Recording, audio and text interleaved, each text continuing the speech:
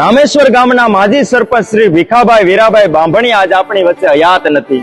એમના કાર્યો અને સમર્પણથી સદાય નહીં આપણા સૌના હૃદયમાં જીવંત રહેશે. ભીખાભાઈનો પરિવાર એમને યાદ કરે છે. એમની દીકરીઓ આજ કલ્પાંત કરે છે. એમના રુદનને મારે વાચા આપી છે કે હજી ગઈકાલે અમારી સાથે હતા, અમે બધા એક ભાણે બેઠીને ખાતા. એ અમારો અંધાતા જ અમારી સાથે નથી, અમારા ગળેથી આજ કોળિયો નથી ઉતરતો. નીતિના માર્ગે ચાલવાની સલાહ આપનારા અમારા માર્ગદાતા આજ લીરલબેન એમ કહે છે કે અમને માર્ગમાં મૂકીને વયા ગયા છે. વસંતબેન અને હેતલબેન આજ બધાની વચ્ચે પણ એકલા જાણે છે. પોતાની જાતને આધાર વિનાના, છત વિનાના ખોરડામાં આજે એકલતાને ભાળે છે. એ રહેવાતું નથી, આ દુઃખ અમારાથી સહેવાતું નથી. કુંદનબેન અને ભાવનાબેન એમ કહે છે કે બાપ વગરનું જીવન અમારાથી જીવાતું નથી. અમને ટાણે ટાણે બાપનું મોઢું યાદ આવે છે, જે અમને એમ કહેતા કે દુનિયામાં કોઈથી ડરવાનું નહીં, બાપ બેઠો છે. આજ એવું કેવા વાળો મારો બાપ અમને મૂકીને વયા ગયા છે.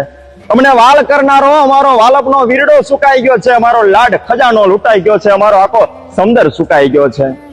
નાના નાના હતા ને ત્યારે નિશાળે ભણવા જતા ત્યારે પાછા વાળીને એના ખિસ્સામાં હાથ નાખીને રૂપિયો કાઢીને અમને આપતા. એ રૂપિયાનો આપનારો અમારો બાપ અમને મૂકીને વહી ગયો છે. અમારી આંખમાં ત્યારે આંસુ ન જોઈ શકતા, અમારા મુખડાને કાયમનું હસતું જોવા માંગતા. એ અમારી ખુશીઓનું કારણ હતા, એ આ દુઃખનું અમારા રુદનનું કારણ બની ગયા છે.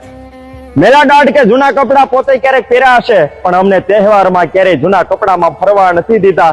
એ મોભના ટેકાના ભાંગ્યા પછી અમને ખબર પડી કે ટેકાની શું કિંમત હતી. આખા ગામનું હિત ઈચ્છનારા એ માણસ, એમના વગર ગામની એક એક શેરી આજ સૂની પડી છે. દરેકના મોઢામાં આજે બધાની જીભ ઉપર બસ એમનું જ નામ છે.